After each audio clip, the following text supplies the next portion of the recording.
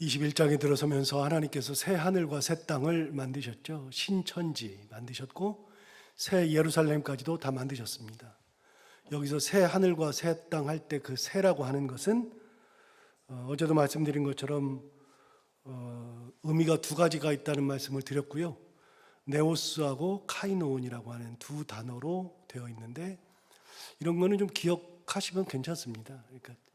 그래서 네오스라고 하는 단어는 다시 만드는 거죠. 똑같은 것을 다시 만드는 것이 네오스고, 카이노는 같은 종류인데 아예 질적으로 다른 새로운 거를 만드는 거라 그랬죠. 어제 제가 짜장면을 비교했는데 짜장면을 먹다가 벌레가 나오니까 사장님한테 사장님 벌레 나왔어요 그랬더니 사장님이 다른 짜장면을 만들어주는 거, 똑같은 짜장면인데 새롭게 만들어주는 거, 이것이 네오스고, 근데 그 집에 가봤더니 벌레 나와서 새로 만들어준 게 아니라 짜장은 짜장인데 검정색 짜장이 아니라 백짜장을 만들었더라. 이건 아예 다른 새로운 짜장이죠. 이게 카이논인데, 하나님께서 새 하늘과 새 땅을 만드실 때의 새라고 하는 것은 카이논이죠. 아예 다른 거. 그래서 첫 번째 하늘과 처음 땅이 사라졌다. 창세기 1장에 나오는 하나님께서 말씀으로 천지를 창조하시는 그 장면에서 나왔던 새 하늘과 새 땅이 완전히 사라지고, 하나님께서 똑같은 것을 다시 만드는 것은 네오스, 아예 다른 것을 만드는 것은, 하늘과 땅은 있는데 아예 다른 것을 만들면 카이논. 그러는데 여기에서 나오는 새 하늘과 새 땅은 아예 질적으로 다른 거죠. 그래서 만약에 똑같은 네오스를 만들었다면 궁금하지 않을 겁니다. 도대체 이거는 뭐 옛날 거니까, 우리가 있던 거니까, 새로 만든 거니까 궁금하지 않은데, 하나님께서 만드신 것은 아예 질적으로 다른 카이논, 새 하늘과 새 땅을 만드는 거니까요. 저도 어제 궁금하다고 말씀드렸습니다. 하나님께서 새 하늘과 새 땅을 만들었죠. 그리고 새 예루살렘까지도 만들었습니다.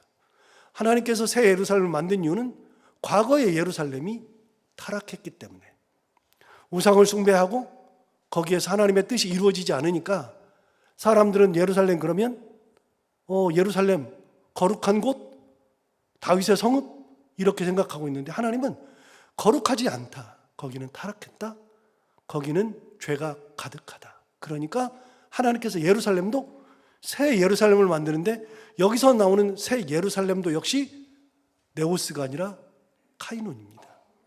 그래서 여기에 나오는 중요한 단어가 거룩한이라고 하는 카이논이라는 단어, 거룩하다는 말을 썼죠. 이게 예루살렘의 가장 중요한 특징이죠. 하나님께서는 예루살렘을 어떻게 만들고 싶었냐면 거룩한 곳으로 만들고 싶었다는 겁니다. 인간의 가치관이 들어가 있는 예루살렘을 만드는 것이 아니었어요. 지금까지 예루살렘은 구약 성경에 의하면 창세기부터 예루살렘이 등장하지 않습니다. 거기서부터는 주목을 받지 않습니다. 예루살렘이 있긴 하지만 주목을 받지 않습니다. 그러나 언제부터 예루살렘이 주목받냐면 다윗 시대부터거든요. 다윗이 예루살렘을 점령하면서부터, 그리고 다윗이 거기다가 수도를 만들면서부터, 그리고 솔로몬이 거기다가 성전을 만들면서부터, 그러니까 다윗 시대 이후부터 예루살렘이 예루살렘으로 인정받았는데, 그 예루살렘은 누가 만들었냐면 다윗이 만들었고 솔로몬이 만들었고, 인간이 만들다 보니까 인간의 도시가 되었죠. 거룩한 곳이라고 생각했는데, 솔로몬 시대에 솔로몬이 열왕기상에 보면, 역대상이나 열왕기 하에 보면 솔로몬이 성전을 지은 성전산 바로 앞 산에다가 우상을 섬기는 신당을 만들었죠. 솔로몬은 자기 손으로 성전을 만들어 놓고 성전에서 보이는 그 앞산에다가 우상 숭배할 수 있는 우상의 신전을 만들었습니다. 그리고 그 신전에서 자기의 부인, 1000명이나 되는 자기의 부인들이 자기 마음대로 마음껏 우상 숭배하는 장소를 만들어 버렸죠. 인간이 만든 성은 결국 그렇게 타락한 곳이 되고 말죠.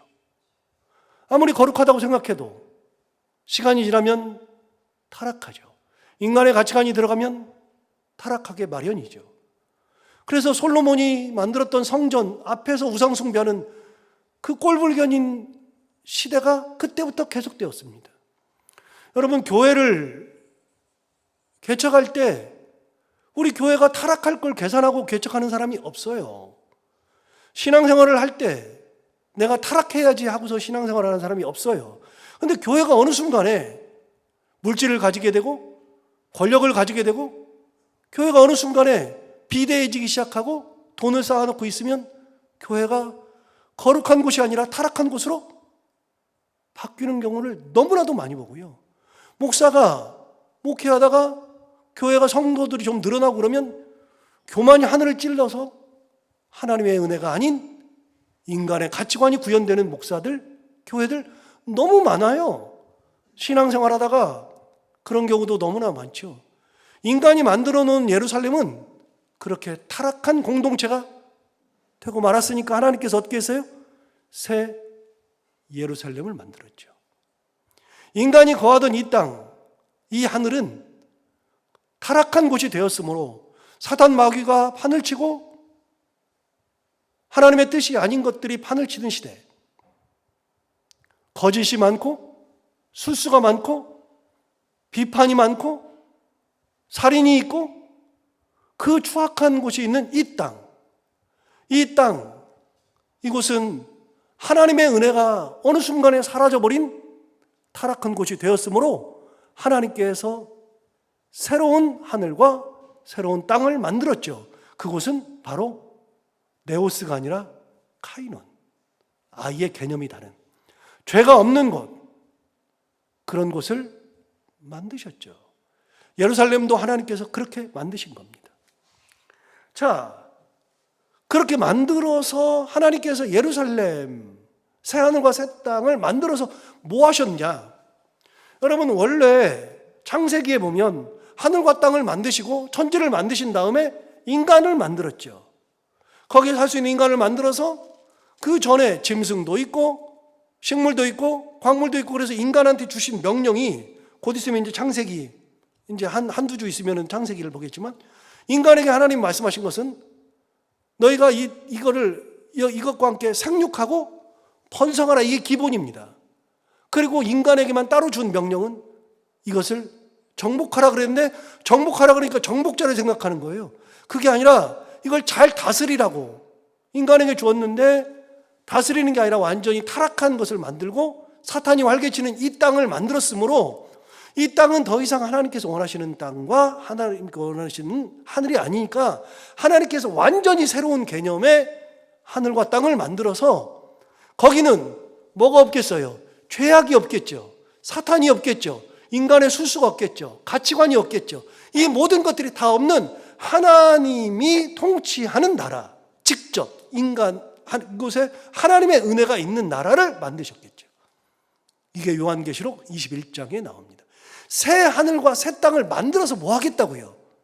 창세기에서는 거기다가 사람을 두어서 사람으로 하여금 다스리게 하시고 번성하게 하셨는데, 21장에 요한계시록 21장에서는 그렇게 안 하셔요. 다시요. 여러분, 성경은 짝이라 그랬잖아요. 그래서 책으로 보면 맨 앞장과 끝장이 딱 붙는다 그랬잖아요. 위와 끝이 딱 붙어서 이 끝에 창세기가 있으면 요한계시록이 있고, 창세기에 나오는 하늘과 땅이 있으면 새 하늘과 새 땅이 있고, 인간의 타락이 있었다면 하나님의 회복이 있고, 인간이 생명나무로부터 쫓겨나서 에덴 동산에 쫓겨나서 생명나무를 못 먹게 하셨다면 하나님께서 요한계시록 21장 22장에서는 생명나무 열매를 주시고 생명수를 주시고 생명을 주시는 것이 요한계시록이 완전히 짝이라고 그랬잖아요. 딱 처음과 끝이 맞아 떨어진다 그랬잖아요. 자, 새하늘과 새 땅을 하늘과 땅을 만들었는데 새하늘과 새 땅을 만들어서 뭐 하겠다고요? 완전히 짝인데 그러나 개념이 완전히 다 달라집니다. 같은 건데 다른 겁니다. 자, 그럼 하나님께서 새하늘과 새 땅 그리고 새 예루살렘을 만들고서 어떻게 했을까요? 어제 봤던 2절부터 좀 보시면 이렇게 말하죠.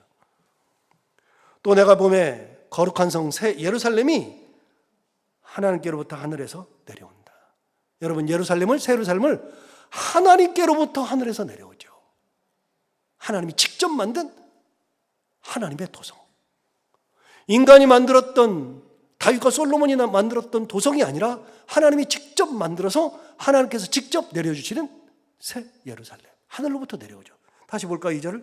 또 내가 보매 거룩한 성 새 예루살렘이 하나님께로부터 하늘에서 내려오니, 그 다음 뭐라고 되어 있냐면 그 준비한 것이 신부가 남편을 위하여 단장한 것 같더라. 여러분, 신부는 순백의 옷을 입고 순결함을 상징하고, 신부는 흠도 없고 티도 없는 아주 인생에서 가장 깨끗할 때가 신부죠. 신랑을 위해서 단장한 것 같더라 그랬는데, 하나님께서 만든 새 예루살렘은 흠도 없고 티도 없는 순결한 모습. 그래서 어제 말씀드린 것처럼 2절을 다시 읽어보시면 중요한 단어가 이거라 그랬잖아요. 또 내가 보매, 그 다음 뭐라고요? 거룩한 성 새 예루살렘. 가장 중요한 단어는 거룩하다는 겁니다. 하나님께서 새 예루살렘을 만드셔서 가장 중요하게 생각하는 것은 거룩한 거예요. 화려함이 아니고 큰 것도 아니고 대단한 것도 아니고 그것을 채울 만한 게 다른 게 없어요. 딱 그 예루살렘에다 채우고 싶은 거는 거룩한 거예요. 그렇게 거룩한 성 예루살렘을 만들어서 하나님 뭐 하시느냐? 자, 이제 드디어 하나님이 예루살렘을 만들어서 뭐 하실까요? 3절을 보시면, 내가 들으니 보좌에서 큰 음성이 나서 이르되 보라, 하나님이 장막이 사람들과 함께 있음에 하나님이 그들과 함께 계시리니 그들은 하나님의 백성이 되고 하나님은 친히 그들과 함께 계신다.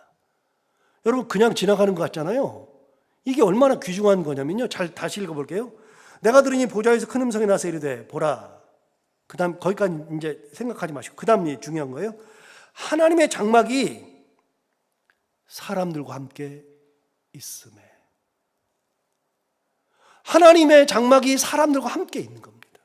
자, 장막이 뭡니까? 장막은 인간이 거처하는, 누군가가 거처하는 곳이 장막이죠. 그럼 지금까지는 어떤 개념이었냐면, 하나님은 천상에, 인간들은 지상에, 인간들의 집은 지상에, 하나님의 거처는 천상에, 하나님과 인간이 같이 있지 않았죠. 그런데 새 예루살렘이 딱 내려왔는데 하나님의 장막이 거기에 있고 사람들과 함께 거하시더라. 여러분, 새 예루살렘에서는 하나님께서 인간과 같이 거하겠다는 겁니다. 개념이 달라졌어요. 자, 창세기에서 나오는 하늘과 땅을 만들었을 때는 하나님이 물론 거기를 에덴 동산에서 거닐기도 하셨지만 인간의 모든 것을 주셔서 인간이 다스리고 정복하고 생육하고 번성하고 인간들의 사회를 만들어주고 그렇게 했는데, 여기서는 아예 그게 아니라 하나님의 장막 자체가 새 예루살렘에 같이 있어요. 그래서 사람들과 같이 있어요. 이게 뭐예요? 용어로, 중요한 기독교 용어로 하나님이 우리와 함께 계시다. 뭐예요? 임마누엘. 임마누엘이라는 말이 어디 나와요? 마태복음 1장 21절에 나오죠. 임마누엘이 뭡니까? 가브리엘 천사가 마리아에게 나타나서 네가 내 이맘때 아이를 낳게 된다? 그러면서 그 이름을 예수라 하라. 이름까지도 다 가르쳐 주셨어요. 그 다음에 그를 임마누엘이라 하리라. 이를 번역한 즉 하나님이 우리와 함께 계시다. 그런데 하나님께서 예수님을 통해서 임마누엘을 하셨거든요. 그래서 임마누엘을 한 기간이, 이 땅에서의 기간이 3년이에요. 33년. 그러면 그 하나님의 그 역사 속에, 인류 역사 속에, 하나님의 천지창조 역사 속에 하나님이 인간과 같이 거한 적은 딱 33년이에요. 하나님이신 예수 그리스도가 이 땅에 내려와서 같이 계셨으니까 33년 동안 딱 같이 계셨거든요. 그러면 그 33년 내에서 살았던 사람, 예수님과 동시대에 살았던 사람들은 하나님을 눈으로 봤잖아요. 이게 요한복음 1장의 내용이잖아요. 하나님을 본 사람이 없을 때 예수 그리스도가 나셔서 죽을 때까지, 돌아가실 때까지 그 33년 동안은 인간이 하나님을 직접 본 거예요. 육신을 입으신 하나님을 직접 본 거죠. 그게 뭐예요?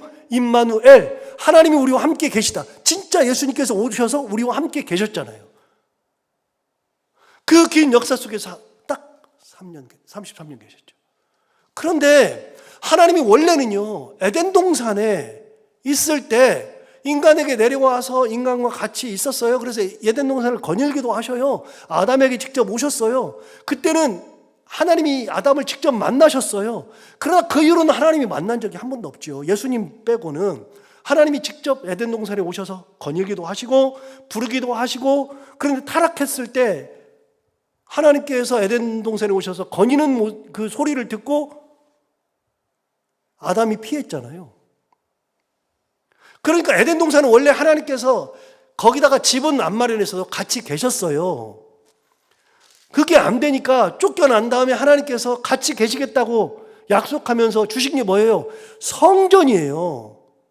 법궤를 놓고 내가 여기에 임재한다 상징적으로 가르쳐 주시고, 지성소에, 그래서 하나님을 만나러 1년에 딱 한 번 대제사장이 성소로 들어간 다음에 성소, 그 다음에 커튼이 딱 쳐져 있고 장막이 쳐져 있고 휘장이 쳐져 있고, 휘장 넘어 지성소 안에 법궤가 이렇게 있고 법궤 위에 봉이 이 성소 밖으로 이렇게 딱 나오죠. 거길 들어가면 법궤가 있어요. 그 법궤가 있는 곳에는 제사장도 못 들어가잖아요. 대제사장만 들어가는데 매일 들어가면 들어가는 순간에 다 죽어요. 언제 들어가요? 딱 1년에 한 번. 언제요? 대속죄일 때. 대속죄일 때 딱 한 번. 1월 15일 날. 하나님을 만나러 들어가는 것이 1년에 딱 한 번이에요, 거기에. 그래서 원래는 에덴 동산에 하나님이 계셨고, 그러다가 쫓겨난다면은 인간과 같이 있을 수 없으니까 내가 여기 있을게라고 하는 상징으로 성소를 주셨고, 그 안에 지성소 안에 법궤와 함께 계시겠다고 한 거예요. 그래서 인간은 하나님이 법궤 앞에 계시는 걸로 항상 생각을 하고 살았어요. 그런데 예수님이 오셔서 임마누엘 직접 하셨잖아요. 임마누엘. 그것도 몇 년요? 33년. 그래서 그 당시 사람들은요, 다시 말씀드리지만 육신을 입으신 하나님을 직접 본 거예요. 그런데 예수님이 가시고 난 다음에는 더 이상 없잖아요. 더 이상 예수님이 함께 하실 수 없잖아요. 그래서 여러분, 요한복음 16장 한번 가서 볼까요?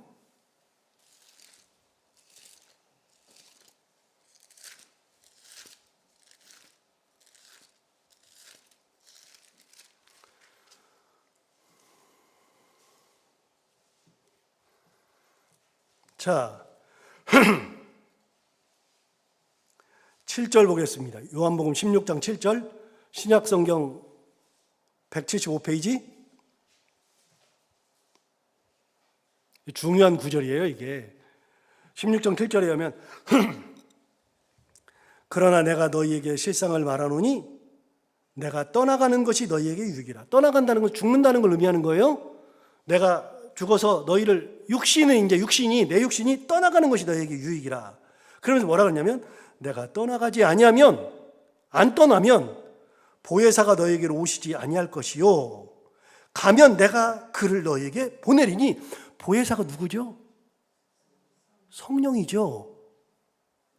여러분, 예수님이 떠나지 아니하면 보혜사가 오지 않아요. 그런데 예수님이 떠나면 누굴 보내준다고요? 대신에 보혜사를. 자, 이제는 절 보면 돼요. 이제 보세요. 예수님이 33년 동안 임마누엘 하셨는데, 여러분, 하나님은 몇 분이시죠? 세 분이에요.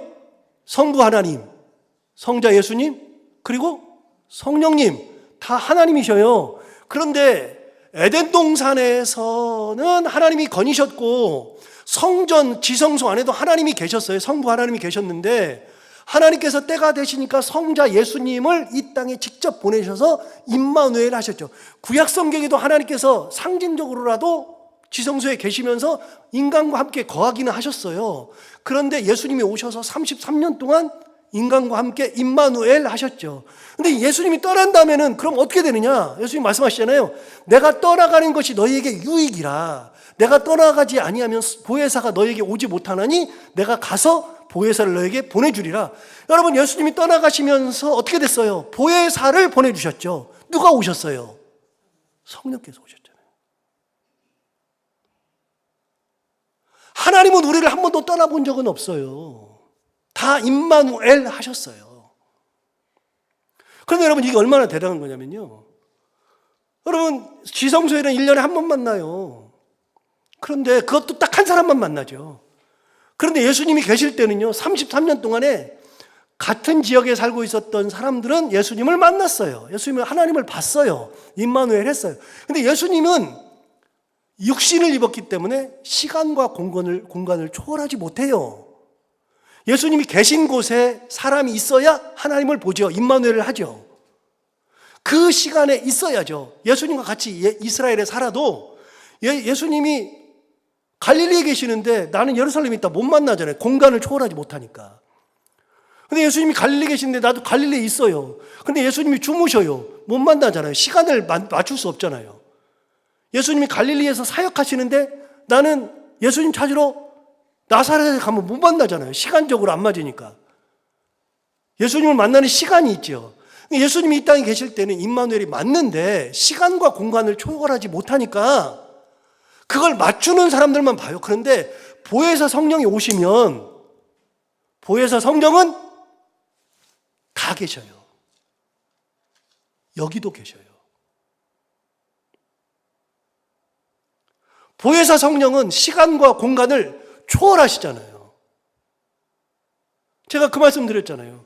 저는 가장 인상 깊었던 게 케냐에서 예배 드릴 때라 그랬는데, 케냐에서 예배를 드리는데 여러분, 케냐하고 우리하고 시간 차이는 한 8시간 나요.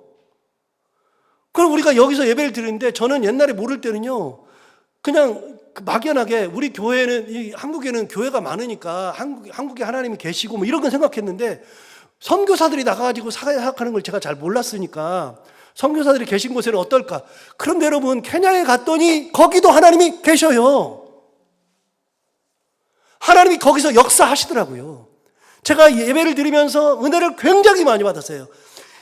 예배당이라고는요, 이런 복음 예배당이 아니에요. 우리는 뭐 다른 교회에 비해서 사이즈가 좀 작을 수도 있고 클 수도 있고 뭐 그러는데, 이게 뭐 교회가 뭐 그럴 수 있는데 우리는 좋은 예배당을 가지고 있잖아요. 이게 뭐 좋든 나쁘든 굉장히 좋잖아요. 안락하고 좋잖아요. 케냐의 예배당은요, 나무 꼬챙이 이렇게 올려놓고 거기다가 진흙 덕지덕지 발라가지고 다 보이고요. 천정도 뭐 그냥 그래요. 어떤 데는요, 아예 천정도 없는 데가 많아요. 저는 외국 다니면서 천정 없는 집, 천정 없는 교회를 많이 봤어요. 왜 천정이 없나? 비 오면 어떡하나? 비가 안 와요. 비가 1년에 몇 번 안 와요. 그런 데서 제가 예배를 드렸거든요. 다 무너져 가는지. 흑인들이 얼마나 2시간, 3시간을 걸어오니까 그 뜨뜻한 냄새가 얼마나 나는데, 그냥 땀이 범벅인데 흑인들의 그 고유한 냄새가 나는데요. 예배 드리는 내내 코가 찌르면서 막 앉아있기가 너무 역겨운데요. 그런데 거기에 하나님께서 역사하시더라고요. 저는 예배 중에 그 예배를 잊을 수가 없어요. 선교를 나가면 잊을 수가 없어요. 다른 것도 마찬가지예요. 여러분 보세요. 보혜사 성령은 어디에나 계셔요. 어디에나. 안 계신 데가 없어요. 정말 대단한 분이에요. 하나님이 보혜사를 보내주시죠. 제가 애양원 얘기했잖아요. 애양원을 가보세요. 애양원에는요, 역사가 120년 뭐 이렇게 돼요. 애양원 역사가 100년이 넘었어요. 애양원 저기 순천에 애양원에, 여수 애양원에 가보면, 저는 거기를 뭐 수도 없이 갔다 왔으니까요. 거기 가보면은요, 박물관이 있어요. 역사전시관이 있어요. 역사전시관을 가보면은요, 일대 애양원의 원장부터 시작해서 애양원의 원장들이 사진들이 딱 걸려 있어요. 거기 포사이스라고 하는 선교사가 있는데요. 그 포사이스는요, 그 사진, 유명한 사진 있잖아요. 이렇게 여자가 이렇게 배가 나왔는데 그게 다 나병 덩어리예요. 나병. 문둥병 덩어리. 그거를 고쳐줬던 사람이 포사이스 선교사예요. 그 포사이스 선교사가 군산에 가가지고서 전도하다가 외국인이니까 돈 많겠지 그래가지고서 한국 사람이, 당시 조선 사람이 돈 내라 그러니까 나 돈 없다 뭐 이러니까 그냥 칼로 찔렀잖아요. 그래가지고 완전히 낭자가 돼가지고 다 죽어가는 거. 미국 가서 겨우 살아가서 와가지고 다시 살아서 또 왔어요. 여러분, 포사이스부터 시작해서 윌슨 뭐 이런 사람들이 거기 사진 쫙 걸려 있는데요. 그걸 볼 때마다 제가 느끼는 게 있어요. 이 100년 전에 이 사람들이 조선을 알기나 했을까? 하나님은요, 100년 전에 포사이스라고 하는 사람의 마음을 감동시켜서 조선, 그것도 여수까지 보내신 분이 하나님이에요. 어떻게 해요? 성령께서 감동을 주셔서.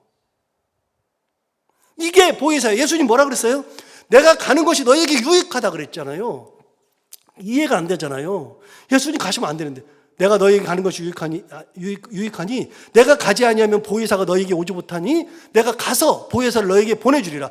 하나님은요, 지금까지 단 한 번도 임마누엘을 안 해본 적이 없어요. 우리와 함께 다 계셨어요, 전부 다.